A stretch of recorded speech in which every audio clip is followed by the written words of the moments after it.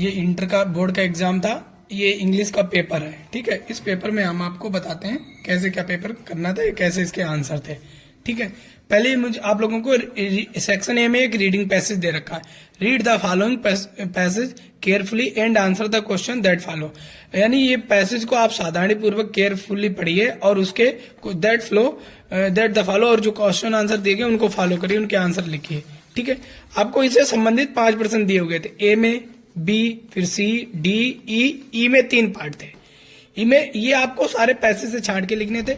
Which word the passage means immunity, यानी वो passage का शब्द लिखना था जिसमें म्यूनिटी का अर्थ हो। ठीक है, कॉन्विक्ट था इसका, क्या था इसका, कॉन्विक्ट।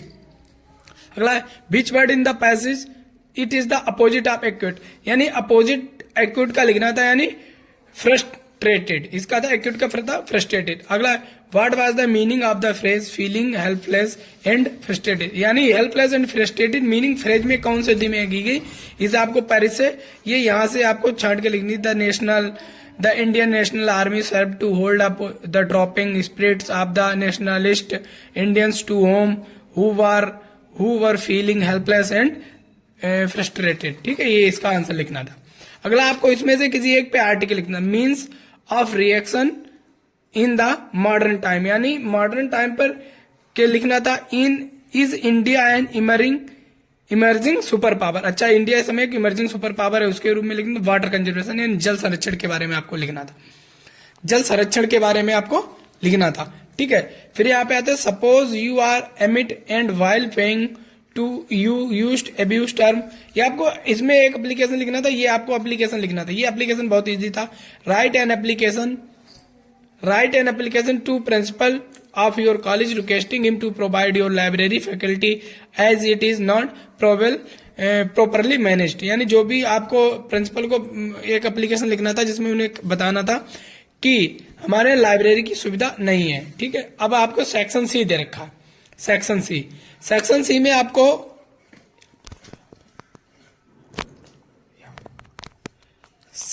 में आपको ऑब्जेक्टिव प्रश्न दे रखे थे ग्रामर से। Choose the correct option to answer the following question, आपको आंसर चूज करना था इसमें कौन सा सही। An impression which can not be removed discard, ऐसा प्रभाव जो निकाला नहीं जा सकता। रिमूव्ड उसे क्या कहते हैं, उसे हम कहते हैं इंडेलिबल। क्या कहते हैं, इंडेलिबल। ये ऑप्शन डी वाला बिल्कुल राइट था। अगला है the phrase at a snail's pace means, यानी फ्रेज है स्नेल्स पेस मीन्स, इसका अर्थ क्या, इसका अर्थ था वेरी स्लोली, बहुत धीरे धीरे। क्या था इसका अर्थ, बहुत धीरे धीरे, वेरी स्लोली। ठीक, देखो the synonyms of cure is, cure का सिनोनिम लिखना था। क्यूर का सिनोनिम होता है पिक्यूलर, क्या था, पिक्यूलर। ठीक है, अगला है Sheela spoke with her father to go to her college, Sheela ने अपने पिताजी से कहा कि वह कॉलेज जाना चाहिए। Which word is in the sentence is an error, यानी इसमें एक सेंटेंस में वर्ड गलत है, वो ढूंढना था। तो यहाँ पे जो विद का है, कौन सा था, विद का यहाँ पे कोई भी यूज नहीं है, तो इसी सेंटेंस सिर्फ इतना बनेगा Sheela spoke her father to go to her college, Sheela ने अपने पिताजी से अब उसके कॉलेज चलने के लिए कहा। ठीक है, यहाँ पे विद गलत था। ठीक है, लास्ट ऑप्शन है the antonyms of ascent is, ascent का आपको एंटोनिम्स लिखना था, समान विपरीतार्थ शब्द, विलोम शब्द, इसका होता है डिसेंट। क्या होता है, डिसेंट। अब आपको change any one of the following into indirect narration, indirect narration में आपको चेंज करना था।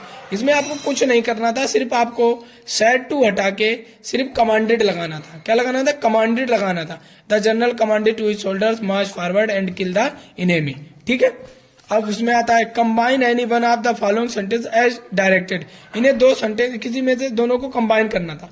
एक था the patient is very weak he can not walk up stairs, यानी इसे सिंपल सेंटेंस में बनाना था, तो ये ऐसे बनेगा the patient is too weak, very weak को नहीं पे टू वीक लिखेंगे, वेरी वीक नहीं यहाँ पे टू वीक लिखेंगे। ठीक है, तो the patient is too weak to walk up stair, यहाँ भी एक कैन नॉट हटेगा, ही कैन नॉट, और यहाँ पे आ जाएगा टू, और उसकी जगह पे वेरी की जगह पे आ जाएगी टू वीक, क्या आएगा, टू वीक। ठीक है, फिर इसमें आता transform any one of the following sentences as directed, इसमें था ये दे रखा है, no man is in the city is so rich as he, ये बहुत सरल है, इसे सुपरलेटिव डिग्री में बदलना था।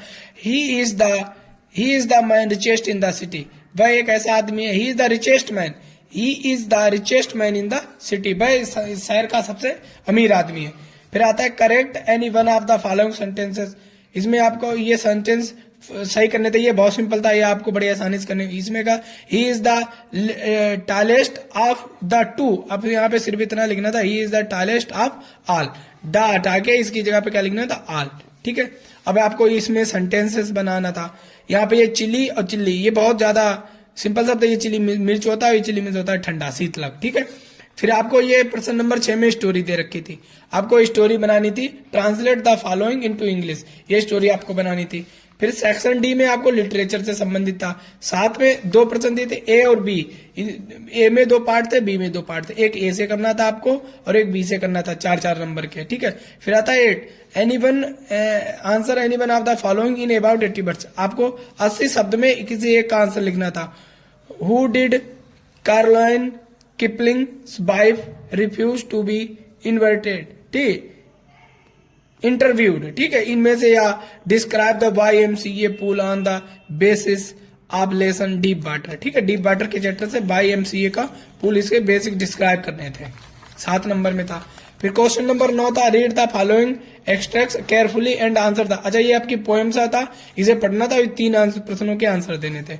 फिर आपको प्रश्न नंबर 10 में 4 नंबर के एक सेंट्रल आइडिया था, keeping quiet, a thing of beauty, aunt Jennifer's tiger, ठीक है। फिर क्वेश्चन नंबर 11 में था, आंसर था following question in about 40 word, ये 40 वर्ड में था, आपको किसी में एक, ये सप्लीमेंट्री था आपका, इसमें से किसी एक का देना था, एक बी से करना था और एक ए से करना था, 4-4 नंबर का।